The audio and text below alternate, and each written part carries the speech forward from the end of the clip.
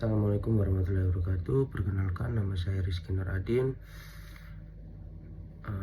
NIM 2025 10 11 011 0384, Prodi Hukum kelas I. Saya di sini ingin menjelaskan tentang apa gunanya negara, apa gunanya adanya negara, dan saya akan menspesifikkan tentang kasus prostitusi, lalu penertiban lalu lintas dan lain-lain.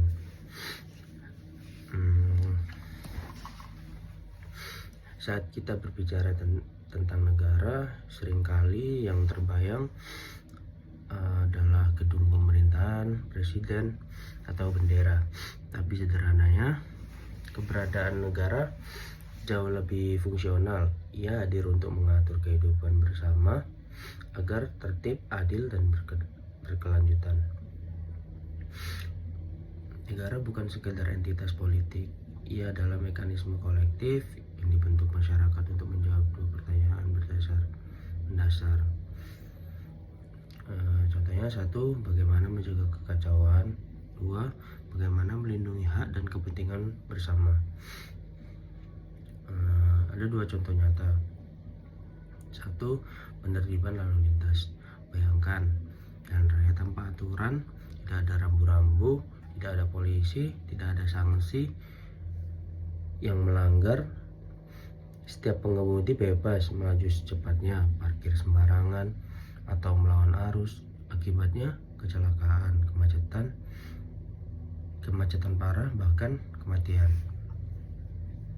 Disinilah fungsi negara sebagai regulator ruang publik terlihat jelas.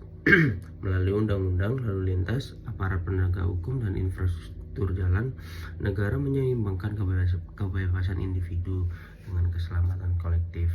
Ini adalah wujud nyata dari fungsi negara dalam menjaga ketertiban umum, public order. 2. Penanganan prostitusi. Prostitusi dianggap sebagai urusan pribadi, tapi dalam kenyataannya ia menimbulkan dampak sosial yang luas. Eksploitasi, contohnya eksploitasi perempuan, perdagangan manusia, penyebaran penyakit menular, hingga degradasi nilai lingkungan sekitar. Negara tidak bisa diam. Ia harus mengambil posisi. Apakah melarang total seperti di Indonesia mendasarkan UU ITE dan KUHP, atau mengatur dengan pendekatan kesehatan dan HAM di beberapa negara Eropa. Apapun pendekatannya, negara hadir untuk melindungi warganya dari bahaya sistematik, bukan hanya dari kejahatan fisik, tapi juga dari struktur sosial yang merusak martabat manusia.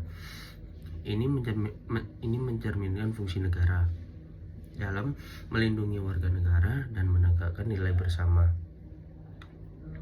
Jadi kesimpulannya, guna adanya negara bukan hanya simbolik, tapi sangat praktis. Menjaga ketertiban, misalnya lewat penertiban lalu lintas, melindungi warga dari ancaman sosial seperti eksploitasi dalam prostitusi, dan menegakkan aturan yang memungkinkan kehidupan bersama berjalan adil dan aman.